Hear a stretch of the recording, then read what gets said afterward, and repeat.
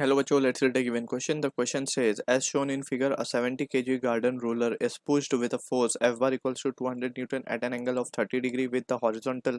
The normal reaction on the roller is given G as 10 meter per second square. Option A 800 root 2 Newton. Option B 600 Newton. Option C 800 Newton. Option D 200 root 3 Newton.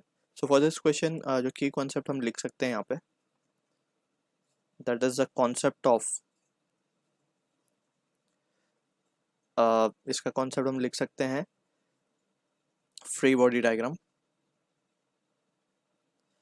Free body diagram and Newton second law.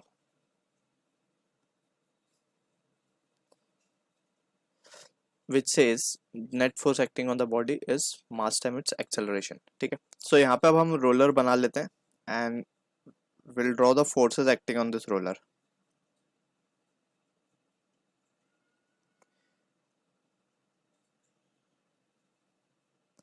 ये centre है, this is the surface. इस पे लगने वाले forces यानी कि हम FVD बना रहे हैं. अब इसकी एक फोर्स इस पे लग रहा है इस तरफ 200 न्यूटन का. तो इसके कंपोनेंट्स अगर हम देखें, ये एंगल भी 30 डिग्री हो जाएगा from the given diagram, vertically opposite angle बोल सकते हैं हम इसको. तो ये हो जाएगा 200 cos 30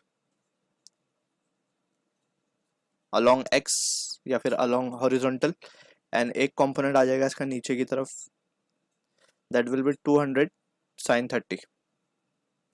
और इसका खुद का एक वेट भी नीचे की तरफ एक्ट कर रहा होगा along the same line, that is mg.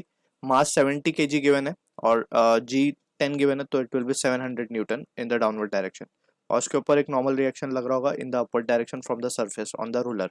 ठीक है, अब यहाँ पे हम लिख सकते हैं अलोंग वाई डायरेक्शन की अगर हम बात करें यहाँ पे अलोंग वाई डायरेक्शन, तो अलोंग वाई डायरेक्शन हम देख सकते हैं there is no motion possible for this roller. तो हम लिख सकते हैं acceleration along Y will be zero. So in that situation by Newton second law हम क्या लिख सकते हैं, एफ नेट अलोंग वाई हम लिख रहे हैं it will be zero.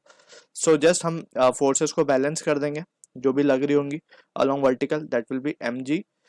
N will be equals to 700 plus 200 sine 30 will be 100 only. So ये हो जाएगा 800 newton. So this is the answer for the question जो कि मैच हो रहा है हमारा ऑप्शन सी के साथ. So I hope you understood the solution. All the best.